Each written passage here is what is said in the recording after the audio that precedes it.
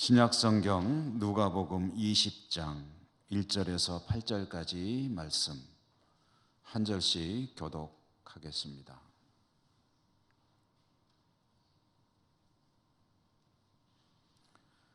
하루는 예수께서 성전에서 백성을 가르치시며 복음을 전하실새 대제사장들과 서기관들이 장로들과 함께 가까이 와서 말하이르되 당신이 무슨 권위로 일하는지 이 권위를 준 이가 누구인지 우리에게 말하라. 대답하여 이르시되 나도 한 말을 너희에게 물으리니 내게 말하라. 요한에서 그들이 서로 의논하여 이르되 만일 하늘로부터라 하면 어찌하여 그를 믿지 아니하였느냐 할 것이요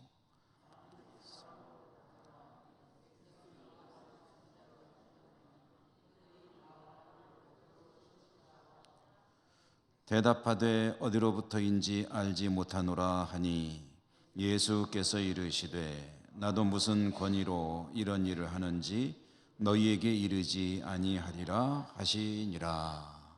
아멘. 오늘도 주님 은혜 함께 하시기를 기원합니다. 수요일에 신약성경 읽기 오늘을 76번째로 본문의 말씀을 우리가 받고 또 함께 읽었습니다. 누가복음을 중심으로 복음서를 따라서 이제 주님의 행적, 생애를 이제 짚어보기도 하고 교훈을 되새기는 거죠. 읽어나가면서 이제 우리는 편의상 누가복음을 주님의 공생애를 이제 3막으로 나눈다. 이거는 뭐 거의 수요일마다 말씀드리는 거니까 이제는 아시죠? 여러분은 그거 1막과 2막을 지나왔습니다. 이제 3막으로 들어섰습니다. 3막은 예루살렘에서 있었던 일들, 예루살렘에 들어가는 것, 입성하는 것으로 시작되는 3막에서 주님께서 예루살렘 성에 들어가신 후에 가장 먼저 하신 일이 뭐냐 하고 보니까 성전 정화라고 흔히 우리가 말하는 성전에서 이제 좀 소동이 벌어진 거죠. 그래서 주님은 거룩한 성전이 강도의 소굴이 되었구나라고 하시면서 아주 혹독하게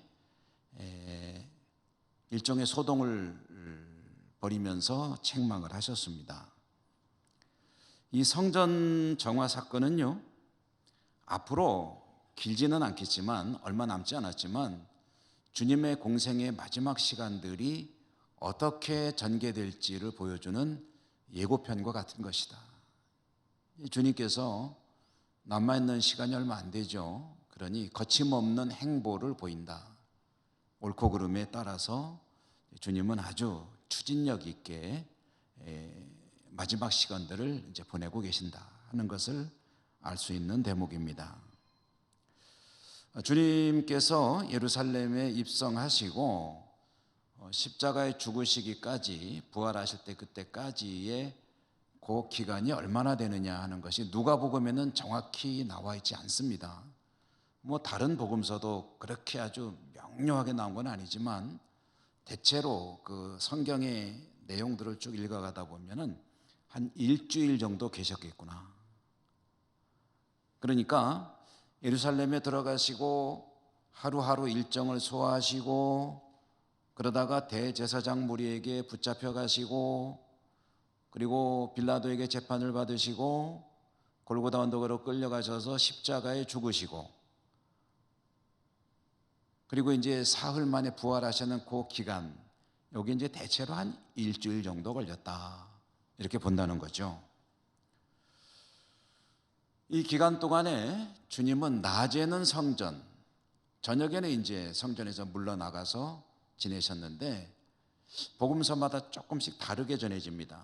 그러니까 다른 복음서에 보면은 낮에는 성전, 저녁에는 예루살렘에서 동쪽으로 한 3km 정도 떨어진 베다니 마을에 마르다, 마리아, 나사로 3남매 집에서 거하시는 것으로 이렇게 기록이 되고 있는데 누가복음에는 예루살렘 낮에는 성전에서, 그리고 저녁이 되면은 베다니 마을로 가셨다는 이야기는 없고 습관에 따라 감람산에서 쉬셨다.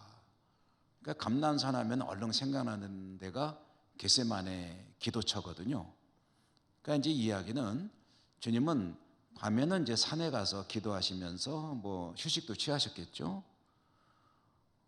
예루살렘이 6월절이 되면 대략 한 4월쯤인데 4월쯤이면은 밖에서 지내도 될 만합니다. 기온이 뭐 약간 쌀쌀할 수도 있겠지만 그냥 지낼 만해요.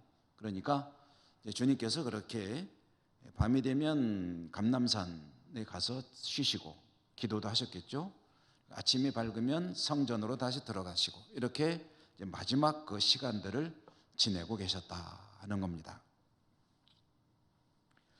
오늘 우리가 받은 이 말씀은 몇 번째 날인지는 알 수는 없어요.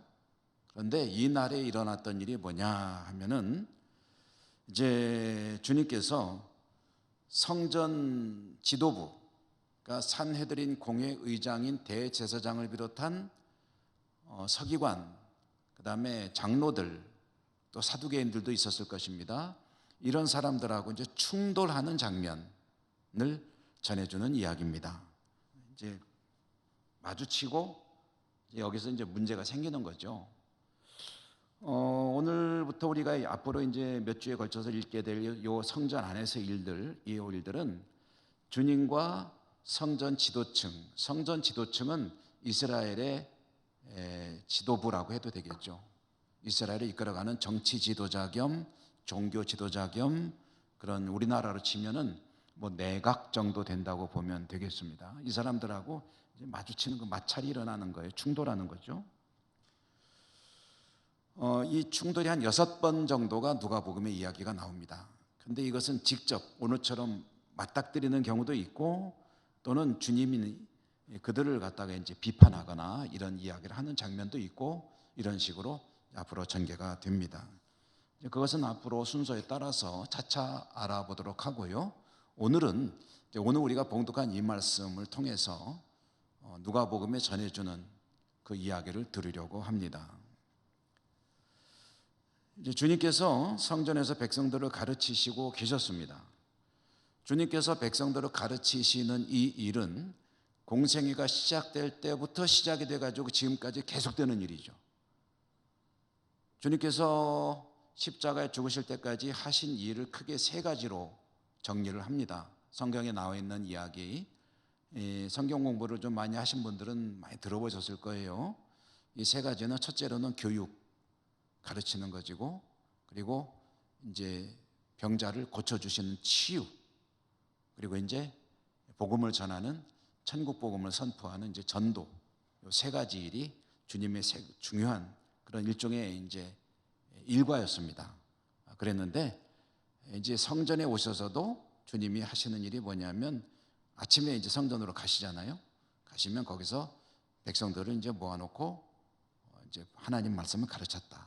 그래서 천국 복음을 또 가르쳤다 하는 이야기죠.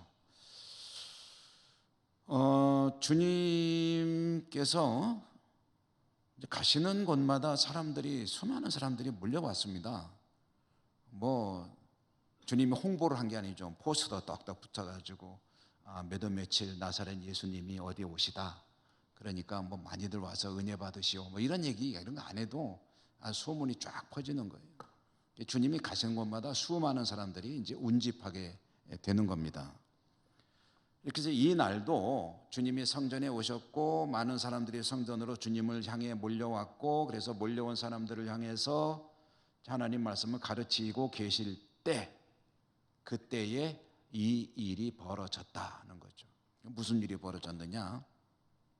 여러분 성경 같이 읽으셨으니까 뭐 잘 아시지만 대제사장을 비롯한 사두개인들과 산헤드린 공회원들, 유대교 종교 지도자들, 권력자들이 몰려왔는데 왜 몰려왔느냐면은 주님 때문에 머리가 아픈 거예요. 마음이 불편한 거예요. 사실은 이미 오래전부터 제거하려고 마음에 깊이 이제 다짐을 하고 있었죠. 그 사람들이 성전에서 사람들을 모아놓고 일종의 강연을 하고 있는 주님을 향해서 나와가지고 주님께 말을 했습니다. 뭐라고 말을 했냐면, 당신은 무슨 권위로 이런 일을 하느냐? 누가 당신에게 이런 권위를 줬느냐? 라고 질문을 한 겁니다. 당신이 지금 성전에서 사람들을 향해서 뭔가 그들에게 영향을 끼칠 수 있는 그런 강연을 하고 있는데 누구한테 허락받고 하는 거냐? 누가 당신에게 이런 거 하라고 권위를, 말하자면 자격을 주었느냐? 이런 질문을 한 겁니다. 이 질문은 왜 한 것인지를 아는 게 중요하죠. 그리고 무엇을 말하려고 하는지를 아는 것, 역시 이 두 가지가 굉장히 중요한 질문입니다. 여러분, 그 성전에서 얼마 전에도 제가 말씀드렸지만, 성전에서 무슨 일을 하려고 하면은 그러면은 성전의 허락을 받아야 됩니다. 이것은 성전의 질서 유지를 위해서는 당연한 일일 겁니다. 아무나 들어와가지고 거기서 이런저런, 우리 식으로 말해서 사이비이단 종교에 대해서 뭔가 성도들에게 영향 미칠 수 있는 일을 하고 있다면 그거는 절대로 용납할 수 없는 일이죠. 꼭 교회에서만 그런 게 아니라 예컨대 어느 지역에서 무슨 집회를 해야 된다 그러면은 그 관할을 하는 관공서, 경찰서든 아니면 군청이든 이런 데 가가지고 그 신고도 하고 필요하다면 허락도 받고 그러고서 해야 되는 건 당연한 일 아닙니까?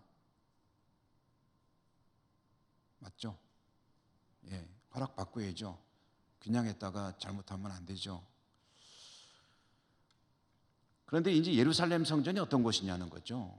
예루살렘 성전은 유대인들의 종교의 중심지이고 정치의 중심지이고 문화의 중심지이고, 아무튼 모든 것, 말하자면 이스라엘이라고 하는 이 나라의 심장부와 같은 곳입니다.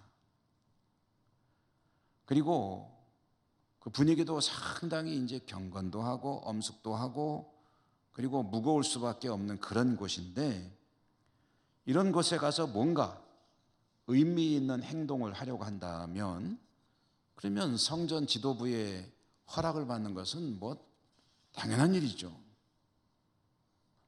그러면 대제사장 무리가 와가지고 당신이 무슨 권위로 여기서 이런 행위를 하고 있느냐라고 물어본 것이 누구한테 허락받고 하는 거냐라는 질문이었냐면 그건 아닙니다. 너 누구한테 허락받고 이러는 거야? 이런 식의 질문을 한 게 아니라는 거죠.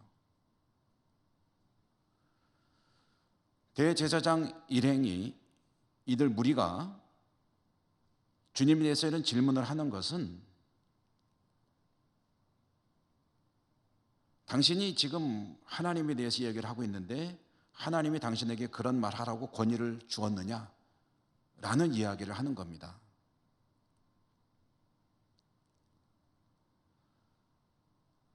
이 사람들은, 대제사장 무리는 주님이 무엇을 하고 다니는지 이런 것에 대해서 이미 다 알고 있습니다. 정보를 다 보고를 받고 있죠.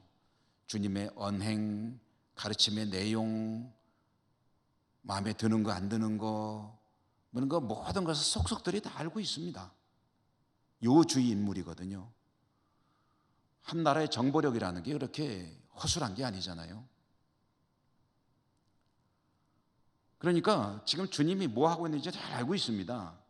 그러니까 지금 이 대제사장 무리가 너 누구 허락받고 여기서 이러고 있냐라고 물어본다면 그거는 아주 대단히 유치한 질문이 되는 겁니다. 그런 수준 낮은 질문이 아니고, 지금 이 대제사장이 질문하는 그 질문의 핵심은, 알맹이는 뭐냐면 당신이 하나님으로부터 그런 뭔가 권위를 부여받고 지금 이런 일을 하고 있는 거냐라고 질문을 하는 거예요. 하나님이 당신에게 이런 거 해도 된다고 허락해 주셨느냐? 왜냐하면 주님의 말씀을 가만히 들어보면 율법에 대한 전통적인 해석을 뒤집어 엎을 때도 있고 부인할 때도 있고, 그리고 아예 율법을 무시하는 것처럼 보일 때도 있고, 이런 모습은 대제사장들이 볼 때는 신성모독이죠. 하나님을 모독하는 행위이기 때문에 이것은 심각한 범죄 행위입니다. 대제사장 무리는 여러분들도 아시고 제가 좀 전에도 말씀드렸지만 어떻게든 나사렛 예수라고 하는 저 선지자를 제거하고 싶습니다. 근데 그렇게 하려고 하면은 첫째로 필요한 게 명분입니다. 명분. 대중들의 광범위한 지지를 받고 있기 때문에 섣불리 손을 댈 수가 없습니다. 그래서 누구도 이의를 제기할 수 없는 명분을 확 잡아야 됩니다. 과거에 이미 주님은 이 사람들이 볼 때에 신성모독의 죄를 범해도 여러 번 범했습니다. 대표적인 예를 한 가지 들어볼까요? 주님께서 병자를 치료하시고 네 병이 나았다라고 말씀하실 때도 있었지만 네 죄가 용서받았다라고 말씀하신 때도 있었습니다. 내 죄 사함을 받았다라고 하는 말은 누가 할 수 있는 말이냐면요, 하나님만 하실 수 있는 말입니다. 주님은 하나님이시니까 주님 당신의 생각에는 당연히 할 수 있는 말이죠. 그런데 대제사장이나 종교 지도자들이 볼 때는 하나님도 아닌 한낱 선지자에 불과한데 마치 하나님처럼 네 죄 사함 받았다라고 선포를 해버리니까 이거는 당장 잡아다가 돌로 쳐 죽여도 되는 신성모독의 죄를 이미 범한 겁니다. 그런데 문제는 뭐냐면 지금 현행범이 아닌 거예요. 제일 좋은 거는 보는 앞에서 뭔가 신성모독의 현장을 탁 잡을 수만 있다면 그럼 제일 좋죠. 대제사장 입장에서.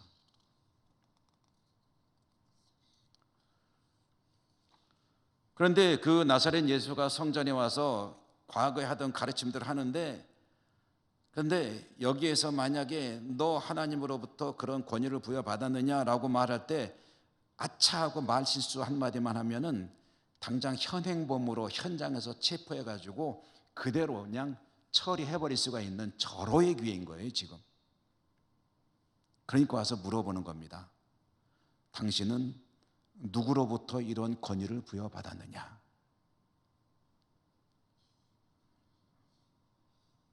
대답만 해봐라. 분위기가 으시시하죠. 그런데 이제 주님은 항상 이런 악의적인 질문이 들어올 때는 기가 막히게 또 그 상황을 반전을 시키시잖아요. 한 여성이 가늠하다 잡혔다고 붙들려 왔어요. 모세의 법에는 돌로 쳐 죽이라고 그랬는데 선생은 어떻게 하시겠소? 라고 질문할 때 뭐라고 대답했죠? 너희 중에 죄 없는 자가 먼저 돌로 쳐라. 그러니까 사람들이 다 흩어져 버렸다. 오늘 주님의 대처 방식은 뭐냐면 랍비들이 주로 쓰는 방법을 택하셨습니다. 여러분 유대인들의 교육에 대해서 많이 공부하시잖아요. 많이 들어보셨죠? 유대인들의 교육의 특징이 뭐냐 하면은요, 우리는 강의실에서 선생님이 열심히 가르치시고 학생들은 가만히 앉아서 졸거나 듣거나 하잖아요. 공부 본인이 할 때는 어디 가서 해요? 조용한 골방에 가거나 독서실 칸막이 딱 해놓고 아무도 쳐다보지 못하게 하고 탁 막아놓고 자기 혼자서 책 들여다보면서 몰두하잖아요. 근데 유대인들의 교육은 그렇지 않습니다. 유대인들은 어디 가나 좌석이 서로 마주보는 2인석으로 되어 있습니다. 그래서 마주보고 토라를 읽고 그걸 가지고 토론을 하는 거예요. 랍비들의 교육 방식도 그렇습니다. 일방적인 주입식 교육이 아니라 계속 대화를 하는 거예요. 대화를. 그래서 유대인들의 교육 방식이 전 세계적으로 주목을 받고 뭐 하브루타라든가 뭐라고 해가지고 그래서 그 교육 방식을 지금 우리나라에서도 상당히 보급하려고 애쓰는 분들이 있습니다. 주님께서 이 질문을 받고 대응하신 방식이 뭐냐면은 거기 질문에 대한 답을 한 게 아니라 나도 하나 좀 물어보자 라고 이제 말씀을 하신 거예요. 대답은 안 하고 오히려 거꾸로 질문을 던지셨어요. 그리고 뭐라고 질문하셨냐면 오늘 말씀인 4절이 그 내용인데요. 요한의 세례가 하늘로부터냐 사람으로부터냐. 세례 요한. 세례 요한이 세례를 베푸는 것은 뭐 너무나도 많이 알려진 사실이죠. 근데 그 요한의 세례가 말하자면 오늘 제사장들의 질문에 하면 세례 요한이 세례를 베푸는 권위는 하늘로부터 온 것이냐 사람이 그냥 하는 것이냐 대답해봐라 라고 질문을 한 거예요. 이럴 때 이제 유치한 반박은 어떻게 합니까? 내가 먼저 물어봤잖아 이제 그럴 텐데 대제사장 무리들은 그 질문을 받더니 고민을 하기 시작했습니다. 왜 고민했냐면은 하늘로부터라고 한다면은 세례 요한의 신적인 권위를 인정하는 게 되거든요. 인정하게 되면 어떻게 되냐면은요, 여러분 이게 머리 좋은 사람들은 그게 쫙 한 가지만 쭉 하면 그 다음에 쫙 스토리 시나리오가 쫙 전개가 됩니다. 세례 요한의 그 세례 권위가 하나님으로부터 부여받은 것이라고 한다면 세례 요한이 주님이라고 선포한 하나님의 어린 양이라고 선포한 그리고 세례 요한이 세례를 베풀 때 하늘이 열리고 신비로운 현상이 벌어졌던 그 모든 일들이 다 사실이라고 인정을 하는 게 되거든요. 그 말은 다른 말로 하면은 예수님이 주님이 신적인 권위를 가진 분이다라는 것을 인정하게 되는 거예요. 주님도 잘 알고 제사장들도 그 사실을 잘 압니다. 그러니 세례 요한은 그 세례는 신적인 권위 하늘로부터 온 것이다 라고 말할 수가 없죠. 그런데 사람으로부터 왔다고 말하는 것도 굉장히 곤란합니다. 왜냐하면 이 세례 요한이요 어마어마한 그런 예수님보다도 더 지지를 받던 인물입니다. 그 당시에는 백성들이 한때는 세례 요한을 메시아인 줄 알았어요. 그리고 그를 따르는 그 세력이 엄청났습니다. 그래서 그 세례 요한이 아유 그거 아니야 하나님하고 아무 상관없는 일이야 라고 하게 되면 민중봉기가 일어납니다. 이것도 곤란한 일이거든요. 그러니까 이 대제사장 무리들이 모여가지고 의논을 하는 겁니다. 곤란하니까. 그래가지고 머리를 맞대고 의논하다가 이제 대답하기를 뭐라고 대답했냐면 어디로부터인지 모르겠다고 알 수 없다. 우리는 잘 모른다 라고 대답을 한 거예요. 그러니까 긍정도 안 하고 부정도 안 하고 애매하게 모른다 라고 대답을 했죠. 그랬더니 주님이 뭐라고 그러셨어요? 8절에 보니까 나도 너희한테 말 안 듣겠다 라고 대답을 하신 거예요. 말 안 듣겠다는데 뭐라고 그러겠어요? 8절의 말씀은 예수께서 이르시되 나도 무슨 권위로 이런 일을 하는지 너희에게 이르지 아니하리라 하시니라. 아멘. 그러면 여러분 주님의 이 말씀이 가지고 있는 속뜻은 권위를 부인하는 것도 아니고 권위가 필요 없다는 것을 이야기하는 것도 아닙니다. 오히려 주님의 말씀에는 무엇보다도 권위가 필요합니다. 신앙의 문제에 대한 말씀인데 권위가 없으면 누가 그걸 받아들이겠습니까? 그런데 권위에 대해서 질문을 하는데 질문하는 사람이 자기의 신앙의 문제를 놓고 뭔가 답을 얻기 위해서 이렇게 고민 끝에 질문하는 거라면은 내가 전하는 모든 것은 다 하나님의 말씀이야. 하나님이 나에게 주신 말씀이야 라고 하면서 그 권위를 자기가 스스로 밝히겠죠. 그런데 시험하려고 덤벼든다면 거기에다 일일이 대항할 필요가 없죠. 죄송한 표현이 될 수도 있겠지만 여러분이 만약에 저에게 신앙 문제로 상담을 하고 한다면 하나님께서 이렇게 말씀하십니다. 성경에 보니까 이렇게 되어 있네요. 이렇게 하셨으면 좋겠습니다 라고 대답하겠지만 이단이 와가지고 나하고 꼬투리 잡으려고. 여러분 요즘 이단들은요 공개적으로 성경 가지고 토론하자고 토론회를 제안한다고 그래요. 요즘도 그러나 모르겠다. 얼마 전에 그랬었어요. 어떤 이단은 그런다는 거예요. 성경을 가지고 공개 토론을 해봅시다. 근데 그거 왜 해요? 그거 해서 무슨 유익이 있다고 해요, 그걸. 그리고 성경이라는 것은요, 근본적으로 명확한 게 아닙니다. 하나님이 계시해 주신 부분에 대해서만 우리가 알지, 하나부터 열까지가 구슬에 끼듯이 쫙 끼워져 가지고 착착착 맞아 들어가는 게 아니에요. 그렇게 알 수도 없어요. 이단들의 특징이 뭡니까? 성경을 자기들 마음대로 해석을 해서 구슬에 실로 구슬 끼듯이 쫙 끼워가지고 누구나 보면은 그럴듯하게 해놨는데, 그건 성경을 자기들 마음대로 해석을 한 거죠. 그러니 그런 사람들하고 말을 섞을 이유가 없는 거예요. 뭐하러 해요? 가다가 혹시 그거는 좀 곤란한, 그거는 우리도 모릅니다. 그거는 성경 자체가 말하고 있습니다. 사사로이 성경을 풀지 말라고 합니다. 그러다가 이단에 빠진 사람이 얼마나 많으냐? 성경 자체가 계시하고 있는데 도대체 그런 걸 가지고 성경을 가지고 토론한다는 자체가 이게 불경스러운 것이고 할 필요가 없는 거죠.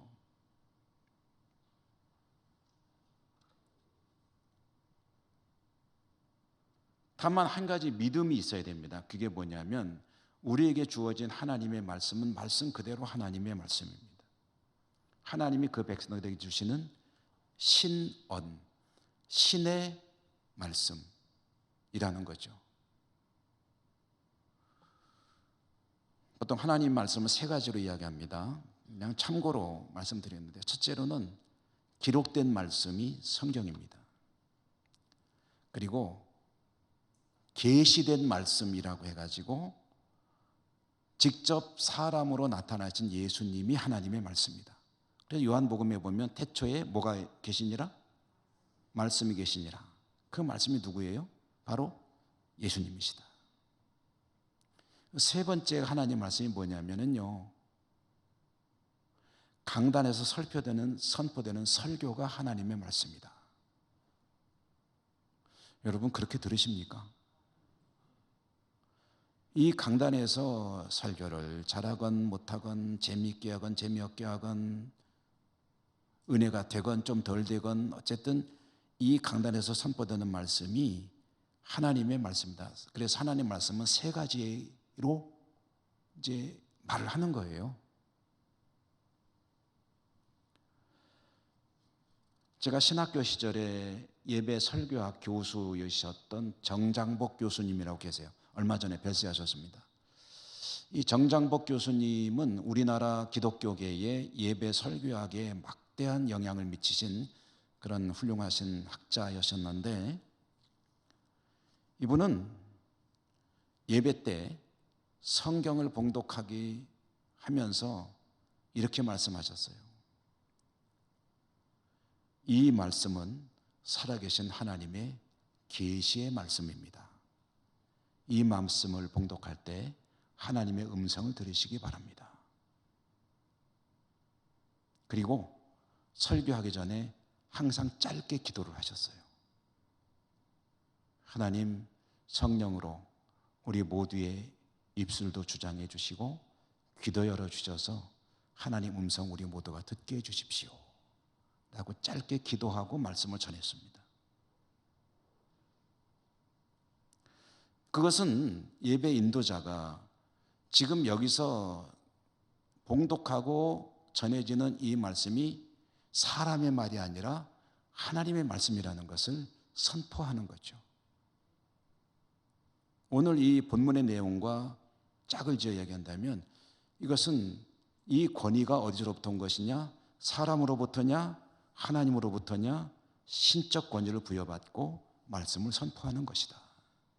그렇기 때문에 하나님의 말씀이다. 여러분, 우리들에게도 이런 인식이 필요합니다. 여러분, 성경을 읽을 때 이것이 하나님께서 나에게 주시는 말씀이라는 그런 신적인 권위를 가지고 성경을 대하시나요? 예배 때마다 전해지는 강단에서 주의 종을 통해서 들려오는 말씀이 하나님이 오늘 나에게 주시는 신적 권위를 가진 말씀이라고 생각하시며 들으시나요? 뭐 우리 교회는 그런 일이 지금까지 없었지만 가끔 그런 경우들이 있다고 그러잖아요. 설교자가 강단에 설교를 하는데 그것을 나들으라고 하는 말로 듣는 이들이 있다는 거예요. 가지고 기분 나쁘다고. 그렇게 신앙생활하면 여러분 은혜를 못 받습니다. 저 설교자가 나한테 뭔가 감정이 있어 그래가지고 그렇게 얘기하는 거예요. 이렇게 받으시면은 혹시 그랬더라도 받는 사람은 지금 나에게 하나님께서 말씀하신다라는 그런 자세를 가지고 받으면은 그 말씀이 살아있는 생명의 말씀이 될 것입니다. 은혜가 되는 거죠.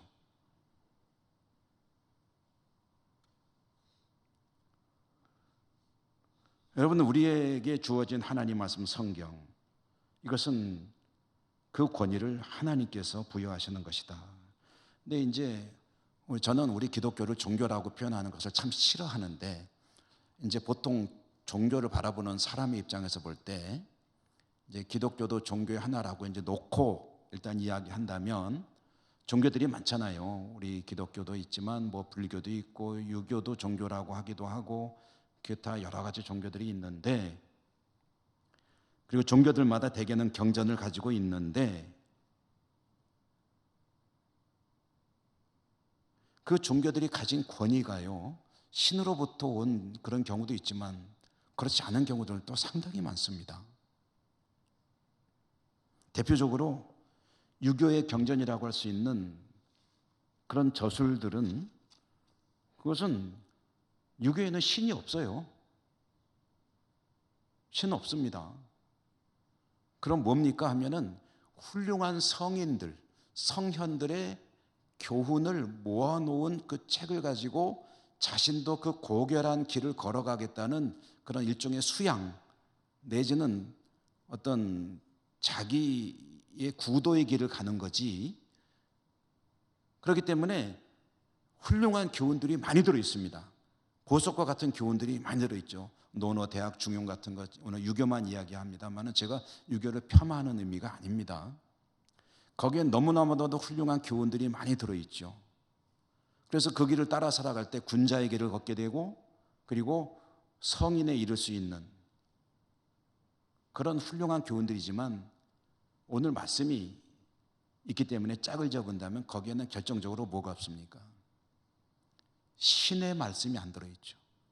그러므로 훌륭한 사람으로 군자가 되는 길은 있지만 구원에 이르는 길은 없습니다. 열심히 도를 닦아가지고 구원에 이르는 것은 아니라는 거죠. 신적인 권위를 가지는 말씀은 단지 좋은 인생길 그 방법을 밝혀주는 것뿐 아니라 그 길을 감으로 그 끝에 궁극적으로는 구원에 이르는 것을 밝혀주는 것이 신적인 권위를 가지는 거예요. 왜냐? 구원은 신이 하시는 거니까. 여기에 근본적인 차이가 있는 거죠. 예를 들어서 제가 이 말씀 묵상하다가 이제 어떤 이야기를 한번 해볼까 하다가, 옛날에 식당에 가면요, 식당 아시죠? 밥 먹는데 식당에 가면은, 식당에는 이제 우리 교회 달력들 걸려야 되는 식당도 꽤 있었어요. 그리고 또 무슨 그림도 걸려있고, 그런데 이제 글귀를 써놓은 식당들이 있었어요. 제가 우리 교회 와서 요 앞에 요즘 새로 건물 돈 많이 버시고 건물 새로 지은 식당 있잖아요. 보리밥집. 그 집이 이제 전에 그 안쪽에서 식당 하실 때 그때 거기 가서 밥을 먹으러 하는데 벽에 이런 글씨가 딱 있더라고요. 재물을 잃으면 조금 잃는 것이고, 명예를 잃으면 많은 것을 잃는 것이고, 건강을 잃으면 모든 것을 잃는 것이다. 많이 보셨죠? 들어보셨죠? 돈을 잃는 것은 아쉽지만 그렇게 중요한 건 아니다. 명예를 잃는다면 그거는 좀 더 많이 잃는 것이고, 건강을 잃으면 다 잃는 것이다. 그러니까 건강한 밥 먹으러 우리 집에 와라, 그런 뜻이겠죠. 목회자들 사이에 그런 이야기가 있습니다. 혹시 실수를 하거나 죄를 범하더라도 용서를 받으면 목회를 할 수 있다. 그러나 건강 잃으면 목회를 못한다. 그러니 목회도 열심히 하지만 건강도 잘 챙겨라, 그런 이야기입니다. 제가 좀 건강 좀 챙기고 있습니다. 그런데요, 여러분 보십시오. 건강을 잃으면 모든 걸 잃는다고 했는데, 그러면 건강이 최고냐? 이것은 우리의 생활에 지혜를 주는 말이에요. 건강 열심히 챙겨야 됩니다. 여러분 건강하시기를 축복합니다. 아프지 마십시오. 살도 좀 빼시고. 그런데 건강은 정말 중요한 것이지만 건강만 잘 챙기면 되나요? 건강에 줄 수 없는 게 있죠. 뭡니까? 구원은 못 주잖아요. 아무리 건강하게 살아도 100살 살면 됐지. 영원한 생명 구원은 건강이 주는 게 아닙니다. 아무리 건강이 중요해도 건강은 그저 건강입니다. 영원한 생명 영생 구원은 건강이 주는 게 아니라 주님이 주시는 겁니다. 주님을 믿는 믿음이 우리에게 영원한 생명 구원을 가져다 줍니다.